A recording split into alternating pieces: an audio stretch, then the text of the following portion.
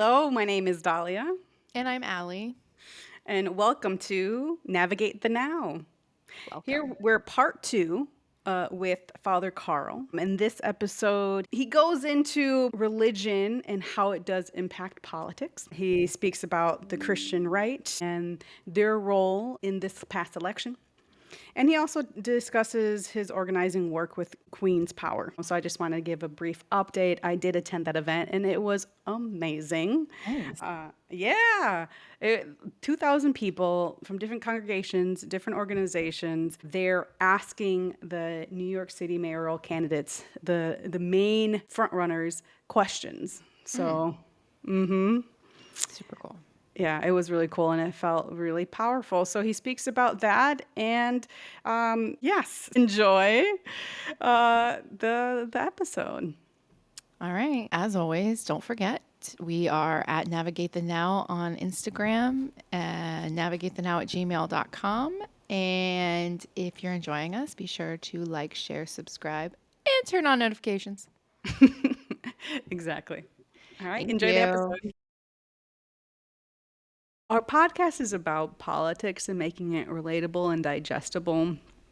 And then I think maybe that in itself will probably change as we continue on to do these podcasts. But I really wanted to focus on religion and politics because it just feels like, what this administration ran on was on the attack on trans community, on the immigrant community. And things feel pretty dire right now. The rights and just well-being of our trans brothers and sisters and our immigrant brothers and sisters. So can you speak a little bit about that? How, and maybe you can speak in generally how religion impacts politics, how you view it. Take this question in whatever way you want to take it, however you want to answer it. Yeah. Yeah. We really are in a big fucking mess, huh? And I would say that, the Christian right is close to the heart of this. 90% of white evangelicals voted for Trump in 2024. Hello, cat. Hello. I want video so bad. I'm so sorry. No apologies required. I'm glad to know another co-host has appeared. Oh, there's a lot of co-hosts. Oh, okay. Excited to meet the whole litter someday. But so just to back up for a second, we were talking earlier about different strands of the Christian tradition. I'll just focus on the Christian tradition. But just to speak about on my territory, there is a long and well-established strand in the Christian tradition that understands the first and most important characteristic of God to be power.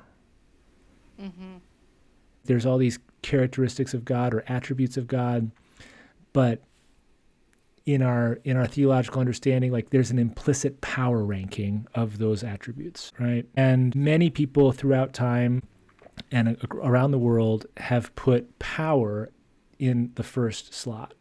The most important thing about God is God's power, which means that other attributes of God, like God's love or God's compassion, whatever, when there's conflicts between power and love, power wins. And love has to mean something through the lens of power.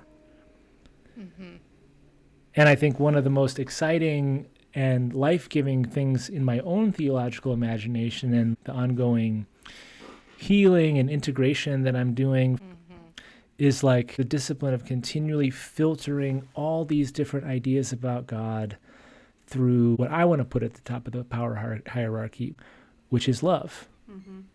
How must we imagine God's power if the most important thing about God is that God is always loving? Well, God starts to look more like a parent, which is the metaphor that Jesus uses about God, and less like a king or a judge or a punisher. Right. Like a good parent, God allows for there to be consequences of actions, but God doesn't need God's children to make God feel better about God's self. That's a bad dad.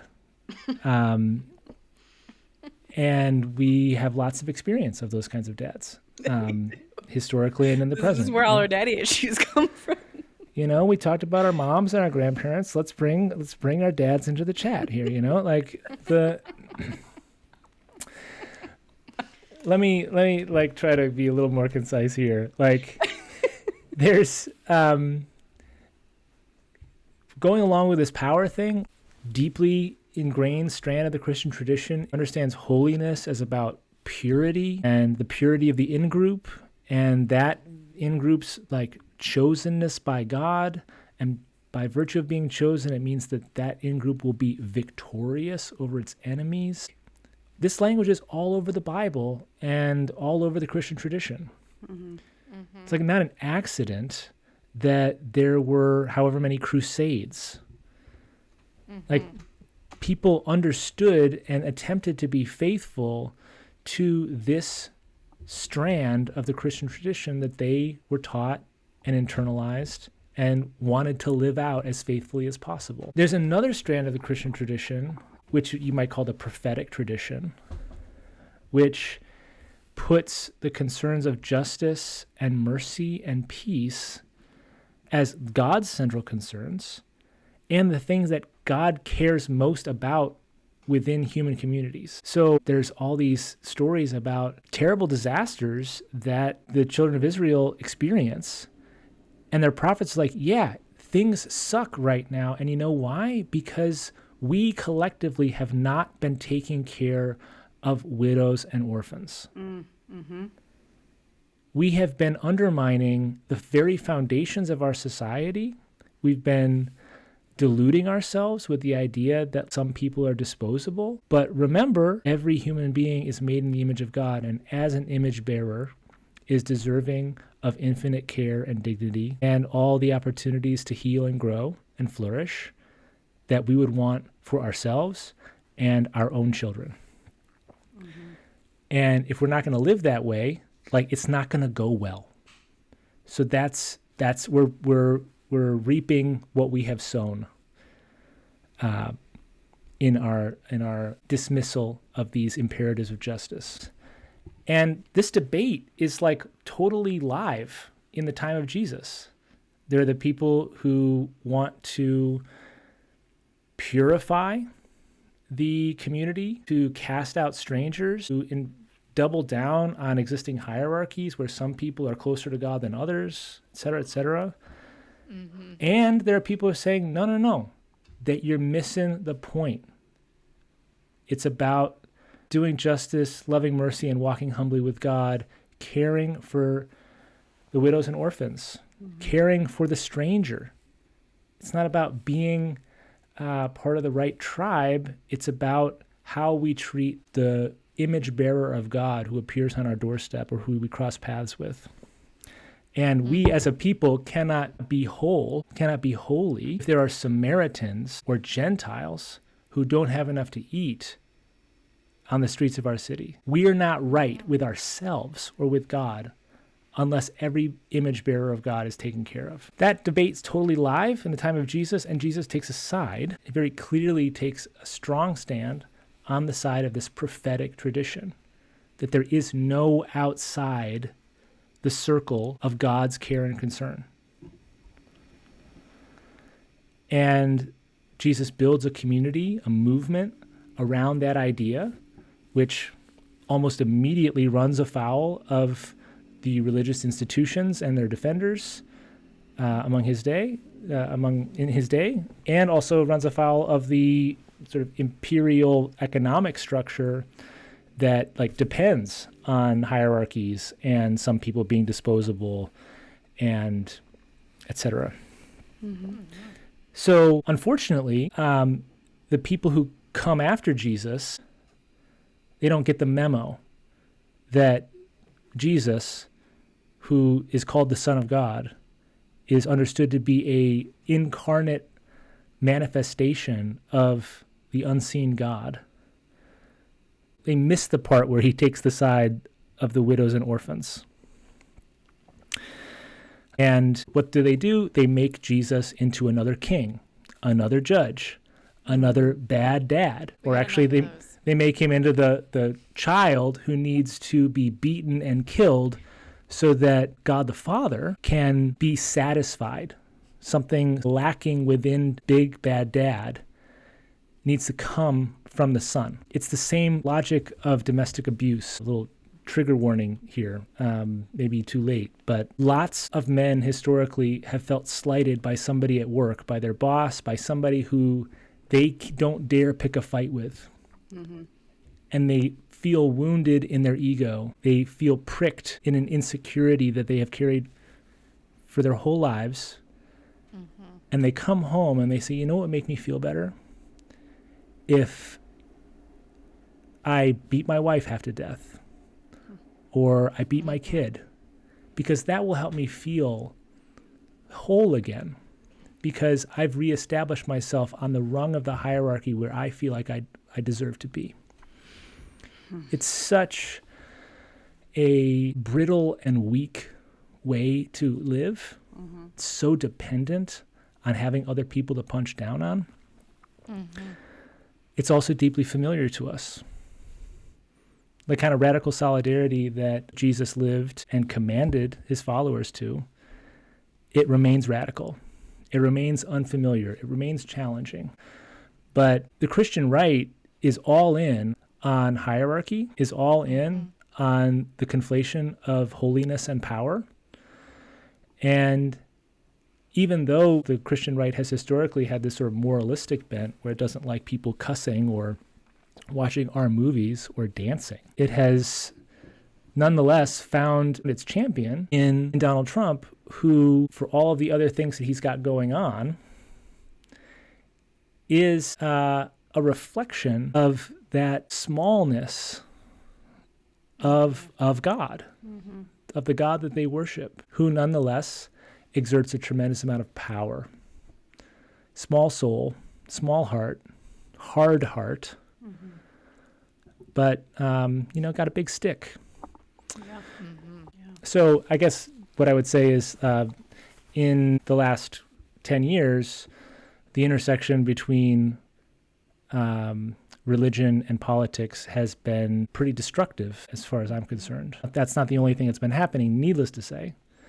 But that strand has been doing a tremendous amount of damage, and that damage has been functionally baptized, right. Sacralized by the people who are holding worship services in auditoriums in the Pentagon this week because Pete Hegseth wants to sing worship songs on his lunch hour.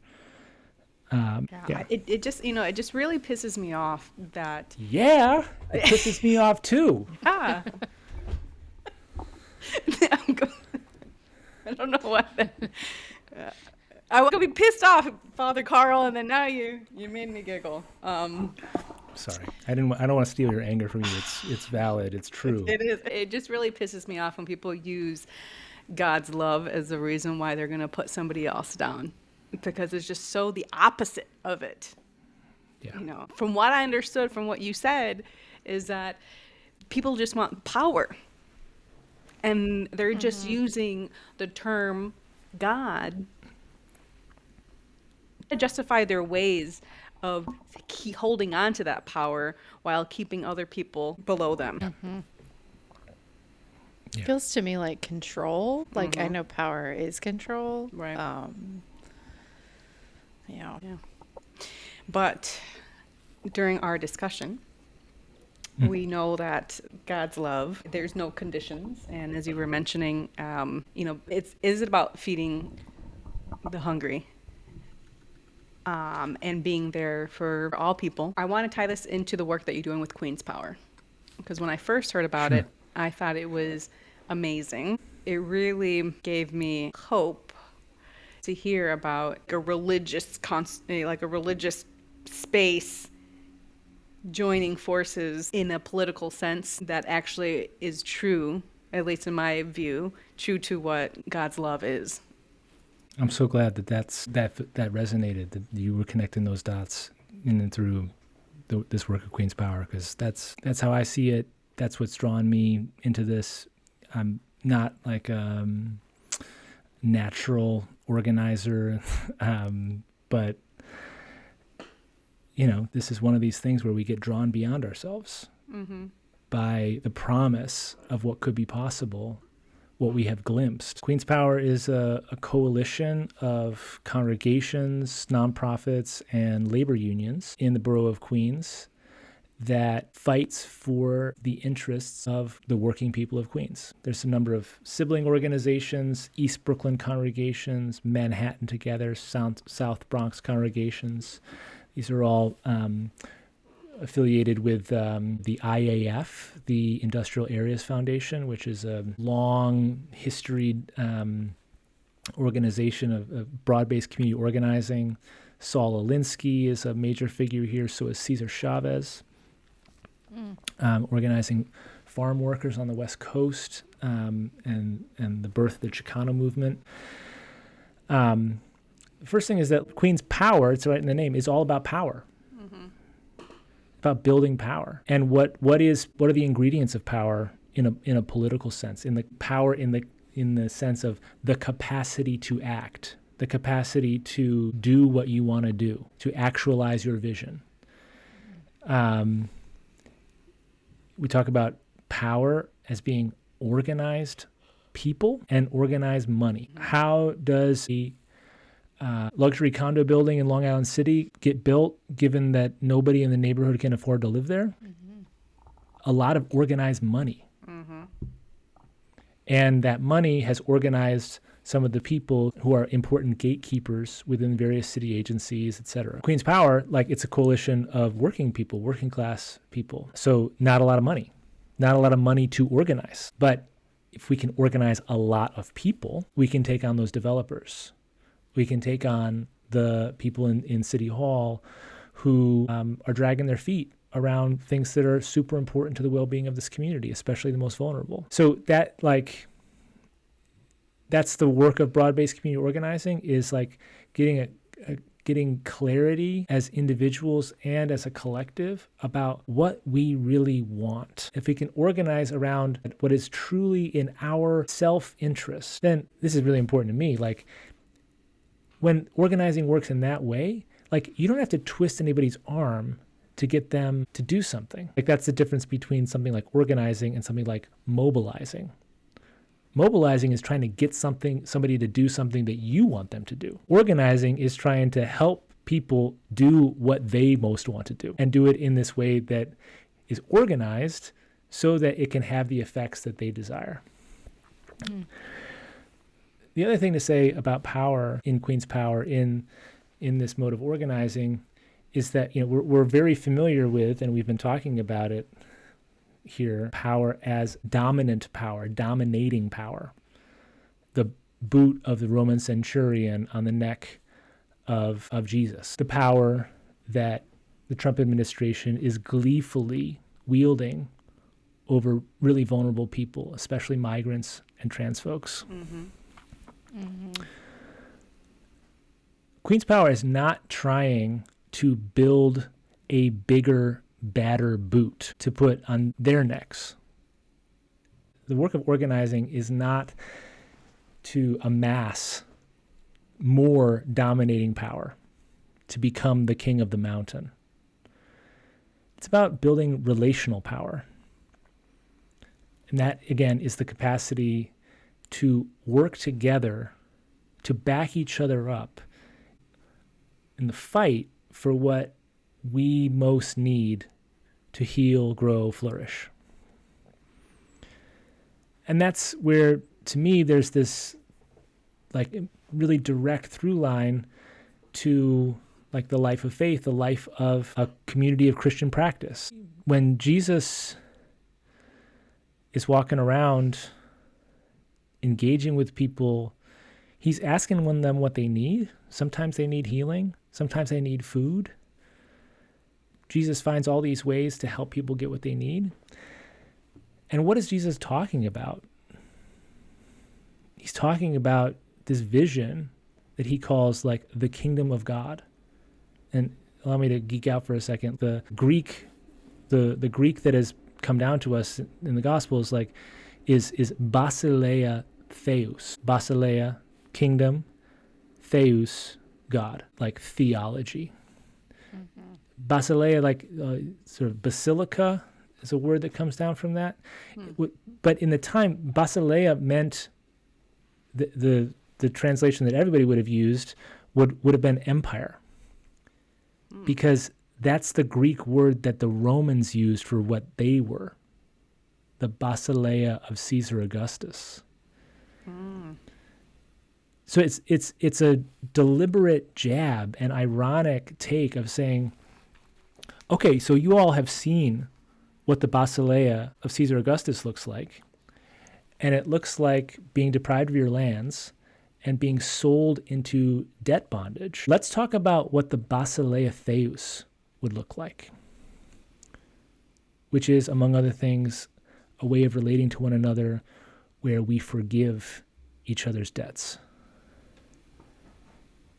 Because God forgives all of ours. And we want to be a part of that chain of generosity and giving. How could we not experiencing what we have experienced? So my tagline about the kingdom of God, the basileia theos, which again is the thing that Jesus can't stop talking about, is that it's a way of being together, being in relationship with one another, being in community, where everybody has what they need to heal and grow and develop the gifts that God has given them to share with their neighbors. Over time, that idea, kingdom of God, gets spiritualized and becomes about something that happens after you die. That's not the heart of what Jesus seems to be talking about in the Gospels. So it's not about going to heaven? Was that what? I mean, it becomes about that. It becomes about that quickly. There are people, the Gospel of Matthew, Gospel of John, written 50, 60 years after the death of Jesus, they're already building in new in-group, out-group. You got to believe in Jesus in order to be saved. The earliest gospel accounts don't break down along those lines in the same way. It's messy, it's complicated, but I mean, in the earliest gospel accounts, Jesus does sound more like a anti-tax activist leading the first nonviolent campaign of direct action. He does not sound like somebody who's telling you to make sure you say your prayers so you go to the good place later. Right. But if the kingdom of God, if the vision that Jesus has, and that not just has for the future, but is enacting in the life that he shares with the people who are with him and the people that he meets, the vision that they are living out is one in which everybody has what they need to heal and grow and flourish. It kind of sounds a lot like building relational power. So the people who are currently being exploited or ignored or disappeared actually get to speak to the world that they want to live in and that they want to share with their neighbors. And I want to be a part of that. Yeah, sign me up. This seems like, again, this is not my natural... Organizing. Yeah, Dahlia, you and I and others will be part of this big action happening in East New York on June 1st at 3 p.m. Over the last several months, Queen's Power has been hosting house meetings as part of a listening campaign for us to put together our agenda for the next mayor of New York. And on June 1st, some of the leading Democratic mayoral primary candidates are going to be in person at St. Paul's Community Baptist Church, and we are going to present our agenda to them and ask if they endorse us. And we're going to demand accountability structures so that it's not just talk, but that if they're elected, like in the first 3 months, like you're meeting with our mental health team, yes? To make progress on our agenda because you work for us. Remember? So we're going to be in this group of 2,000 people there with these candidates who are going to be answering our questions. I do not want to be in a room with 2,000 people. I am a deeply introverted person. Sunday afternoon is like a time where I'm either doing church stuff or I am napping. I do not personally get excited about being in a room like that. I'm not wired for that. But I have been in rooms like this before and seen the way that leaders of Queen's Power and East Brooklyn congregations speak with respect to these political figures, people with power, and demand respect and demand that they use their power to serve the people who they serve. And, I like that. I like that. So I am looking forward to that part. So yeah, I guess, is that clear, like with the through line between the vision that Jesus casts and the way that Queen's Power and its allies are operating? Like, it's a fit between both what we're aiming for and the way we're going about it. Well, we say this quite a bit on the podcast, is that everything's political, right? So Yes. I would love to see other churches, other religious groups also move forward in this sense of being part of lifting up voices and, what Queen's Power is about. And I'm sure they are. I'm sure you said there's many other religious groups as well that are part of this coalition, right? Absolutely. Synagogues, mosques. And I love hearing that. And I kind of feel like you don't hear too much about that. You just kind of hear about how people use religion to put other people down. Yeah. This is different.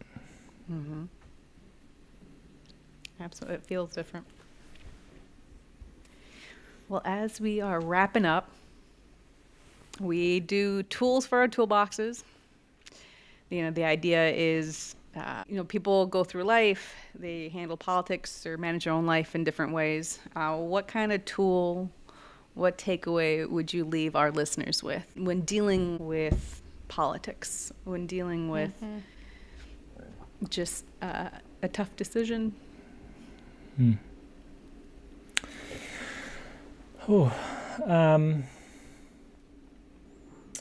Well, I'll share this thing that I think about a lot. I don't know if it's exactly the answer to your question, but it might be the thing that somebody needs to hear. James Cone, who is the founder of the tradition of Black liberation theology, the tradition of Black people, especially Black Americans, seeing Jesus crucified on the cross as a sign of God's infinite solidarity with people who have been crucified in every time and place, especially through the system of American chattel slavery and all of its permutations through Jim Crow and mass incarceration. James Cone, through his long and august career, radicalized many people, and many of them asked him, what should I do to make a difference, to fight? And he said, you should pick something small enough that you can do it every day. Yeah. Because if you pick something bigger, you're going to burn yourself out. You're going to just get discouraged. Yeah. Pick something, make a commitment to something that you can do every day. And I think that the piece I would add to that, given what we've talked about and what I am still learning and internalizing through this work of organizing through this framework that Queen's Power provides, make the thing that you do to be the change that we wish to see in the world, make that thing something that you want to do. Make it a creative act. Make it something that fuels you rather than drains you. There's so many ways that the culture of activism generates anxiety and shame, because none of us could ever possibly do enough to address the poly crisis in which we live. And anxiety and shame, they might be good fuel for a very short trip. Yeah. But we are on a long journey. And, if I were to use theological language, I'd say, like, ask yourself what you are called to do. What's the thing that you can't stop yourself from doing, that you would do if nobody paid you to do it? That if you became independently wealthy, that you would still do because it's what your soul hungers for. Make your political action somehow in touch with that. To use the language of organizing, to say the same thing, like, do what is in your self-interest. Do something about the thing that keeps you up at night. The thing that gets you fired up, that you dream about. Don't let somebody else tell you what they think you should do. Don't let somebody else mobilize you. Take responsibility for doing the thing that you are called to do, that your heart demands that you do. Yeah.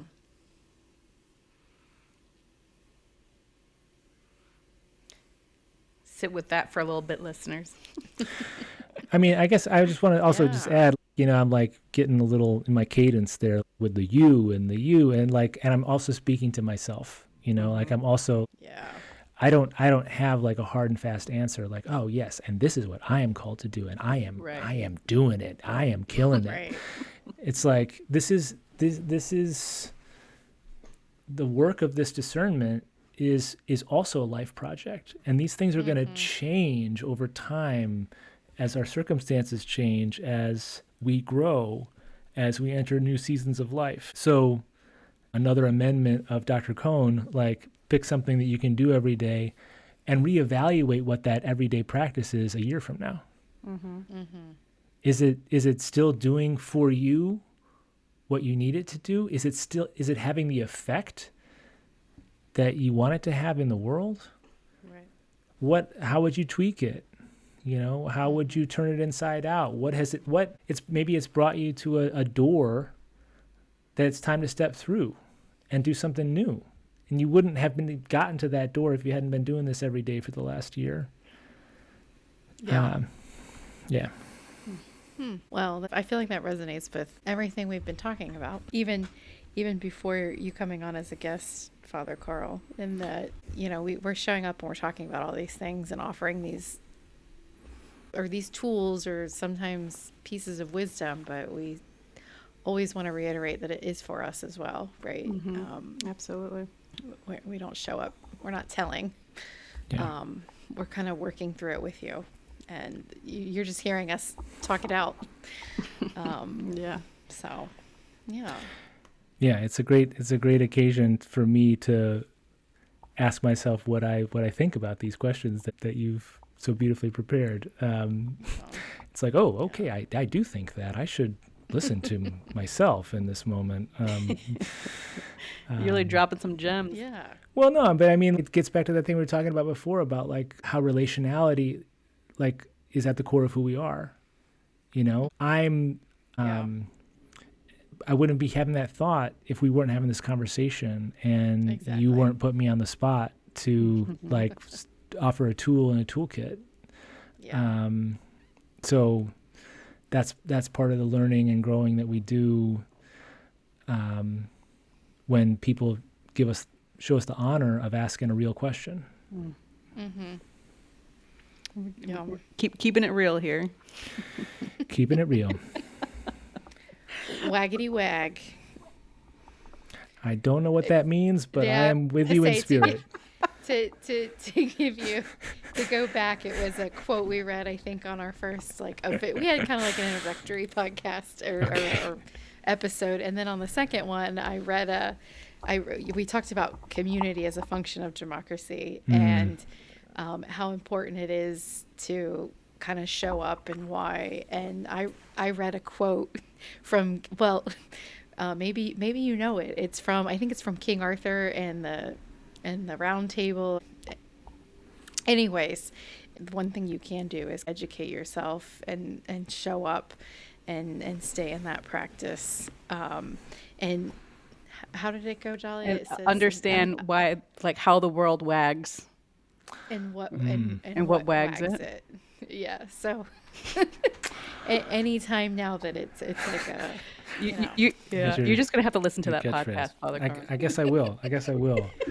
so anytime it's like that moment of, oh yeah, this is why we're here, and this is why we got to do it, and this is why we got to show up. It's like waggity wag. It's I gotta say, it's like electric to be here at the birth of a catchphrase. Like it's.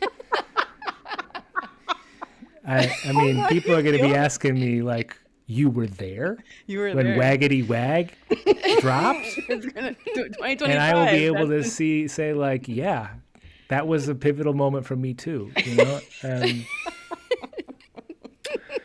So I just want to thank you. I want to thank you for you're letting very me be a part of welcome.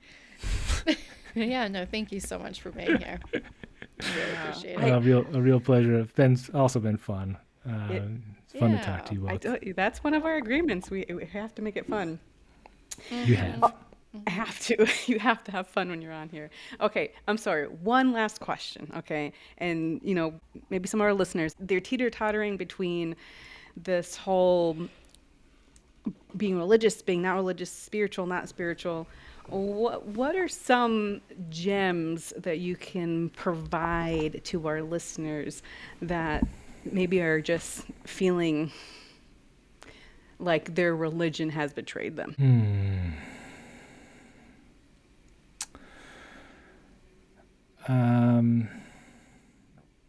So you saved this easy one for the last one, huh?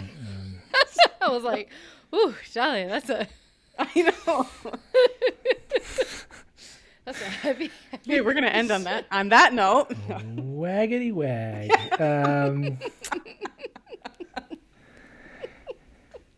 Well, let me say.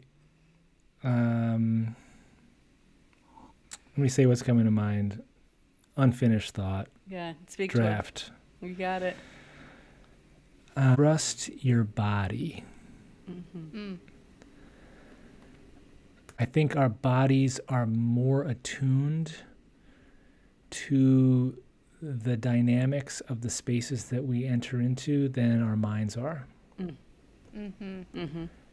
And there are lots of communities out there that are super friendly and super welcoming, that are also pretty deeply plugged into this power over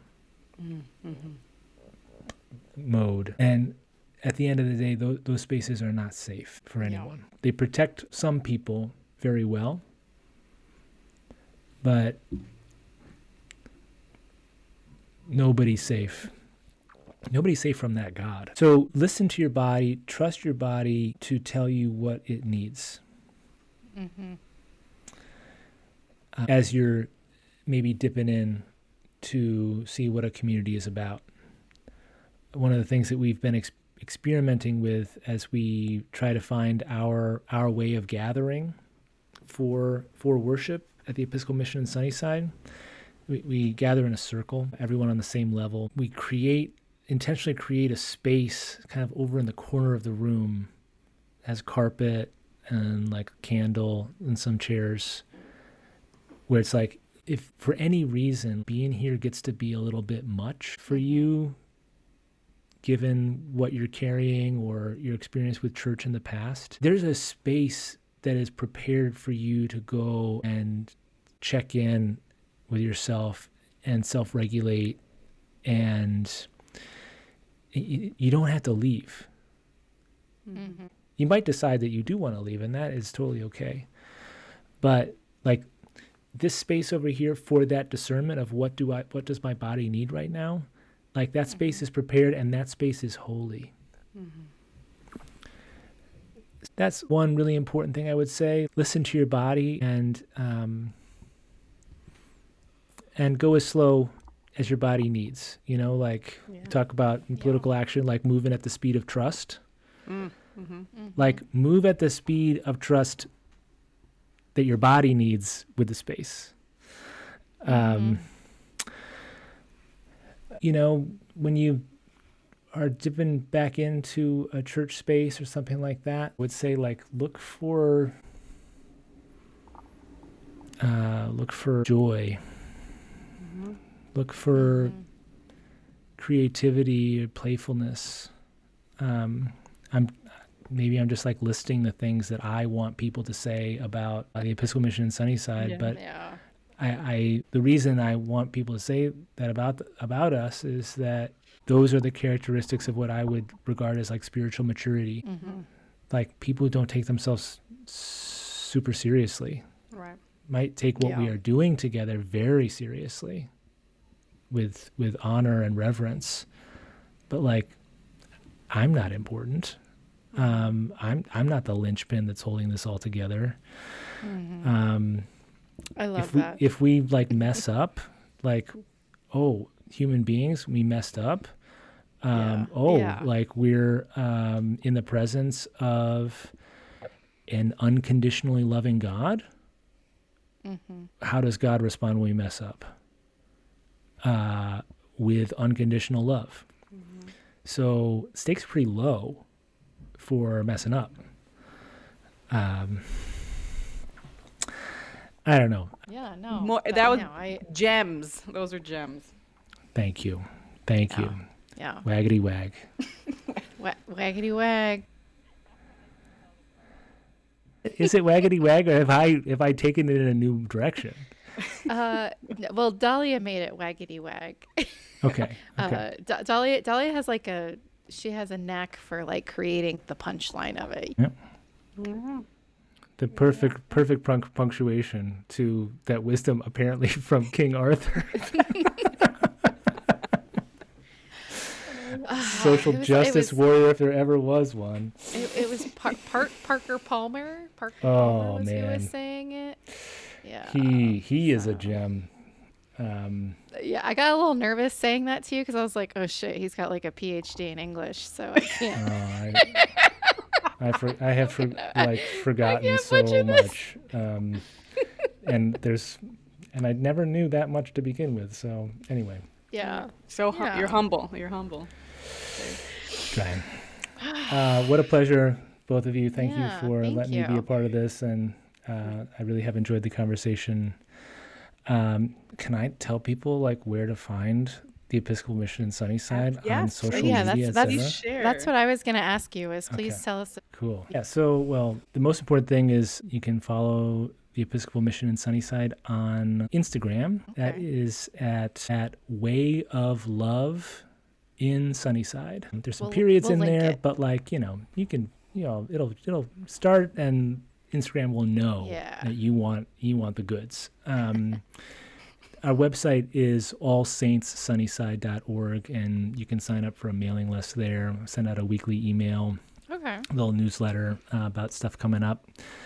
That's the important stuff. My personal Instagram is pretty dormant, but if anybody also wanted to like reach out via email, you can do that through the website as well, allsaintssunnyside.org. We will link that all in the bio or on the episode description. Sweet. Yeah. Well, thank you for your time, for your wisdom. And I'm looking forward to continuing to collaborate with you and to see where the Sunnyside Episcopal Church goes. Yeah, I'm psyched too. And I'll look forward to seeing you, at least, Dahlia, on June 1st for this big action with Queen's Power. It's going to be lit. Yes. Waggity wag. Waggity wag. Have a great night, y'all. Thank you. All right, take care. See ya. Thanks for listening to Navigate the Now. If you've been enjoying our content, just remember to like, share, and subscribe. And we are on Instagram at Navigate the Now. And feel free to reach out to us, navigatethenow@gmail.com. See you next time. Yeah, see you next time. Take care.